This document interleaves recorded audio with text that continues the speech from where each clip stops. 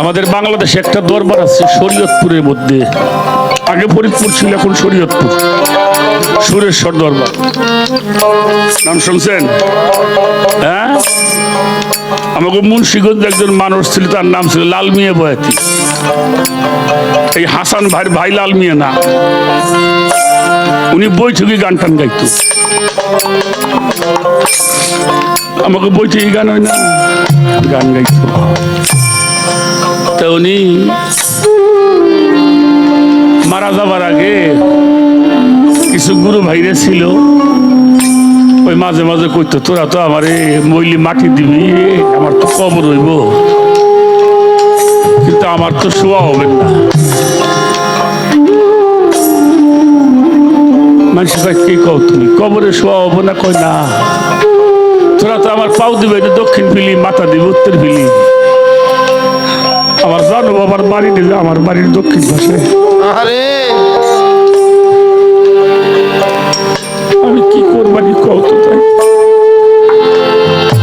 পাগলের মতো কথা কইতো মানুষ এনে নেই।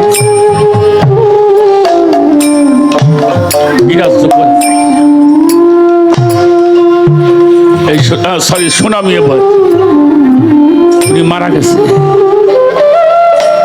মারা গেলে কবরটা তো উত্তর দক্ষিণই হয়, উত্তর দক্ষিণ করে মাটি দিছে। মাটি দিয়ে কবরের মধ্যে খাড়ায় মানুষ দাউট বিছায় না, কবরের মধ্যে একজন দাঁড়ায় থাকে না, দাউট গুলি বিছাইয়ে উঠবে। এমন সময় একটা পাগল যিনি করতে দৌড়ে আইসে, আগেই তোরা মাটি দিস না, আমার বাইরে একটু দেখা, আমার গুরু বাইরে একটু দেখাও, আমি আর তো কোনোদিন দেখতে পারব না।